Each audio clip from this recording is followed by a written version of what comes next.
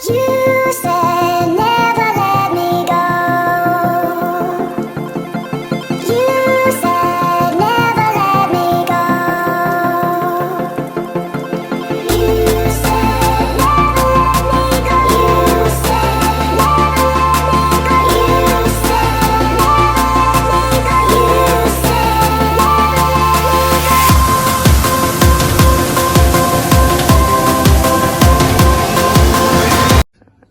Saya perlu memberitahu, saya mulai belajar mencari ilmu di pondok. Pertama saya mondok di Pondok Simo. Ketika itu saya diasuh oleh Romo Yai Supian dan Romo Yai Fadil. Setelah di Simo Sungai Lebak Karanggeneng, kemudian saya pindah lagi di Pondok Langitan. Ketika itu saya diasuh oleh Romo Yai Ahmad Marzuki dan Romo Kiai Abdul Fakih Langitan. Setelah di Langitan sudah lama, kemudian saya minta izin kepada Romo Yai ikut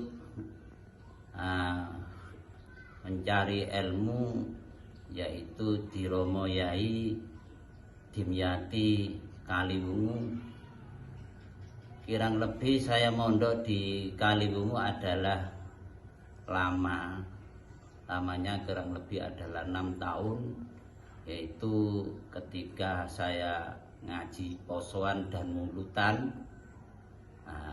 Setelah lama-kelamaan Romo Yai sudah tidak mengadakan ngaji secara kilat, maka saya istirahat, kemudian kembali ke Pondok Langitan. Saya di Pondok Langitan itu lama.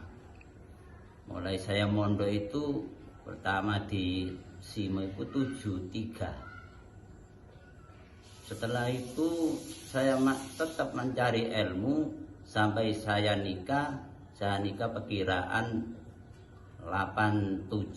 Itu saya kemudian nikah dengan istri yang bernama Musdalifah Salam. Itu secara singkat saya mencari ilmu di pondok-pondok yang lain. Hadirin, kami perlu informasi. Saya mulai membuat pondok ini bukan kok pondok. Pertama kali adalah membuat saya adalah musola Darussalam. Mengapa saya beri nama pondok sekarang Darussalam? Karena mertua saya adalah memberi rumah itu untuk dibuat mencari ilmu. Jadi Darussalam itu adalah nama. Dar itu ada rumahnya orang tua, salam itu adalah orang tua. Oleh sebab itu saya ingin mencari ridho dari orang tua, maka pondok saya beri nama Darussalam.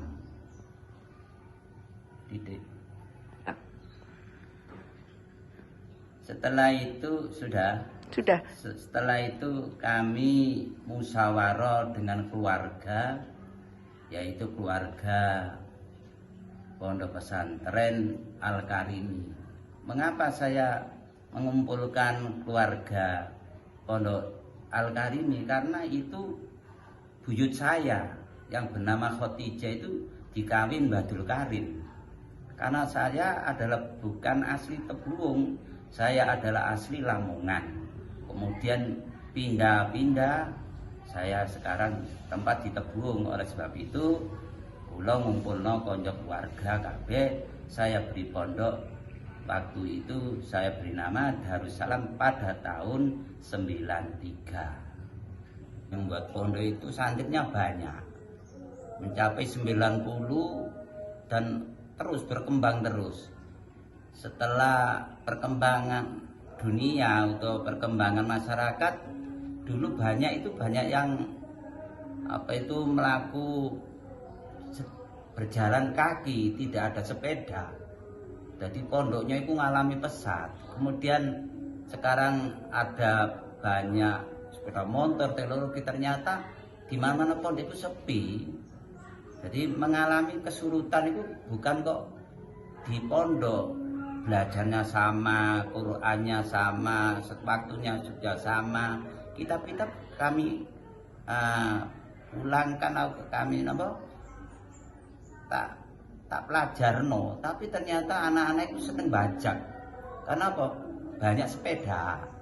Jadi kadang pondok itu surut maju mundur itu karena dunia sekarang bukan dunia dulu. Nah, setelah itu sekarang tambah perkembangan lagi, pondok sudah hidup. Nah, oleh karena itu Pondok Darussalam sekarang itu banyak TPQ-nya, diniyahnya, tahfidznya juga ada. Tapi masih di dalam naungan apa ya? Naungan luar formal. Oleh sebab itu maka saya punya kehendak ingin memajukan secara umum, baik secara duniawi maupun ukhrawi. Caranya duniawi adalah mengembangkan TPQ, karena saya sekarang itu ada TPQ dan Madin. Pak Iso Madin itu sampai sekarang ke Ula, Wusta dan Ulia.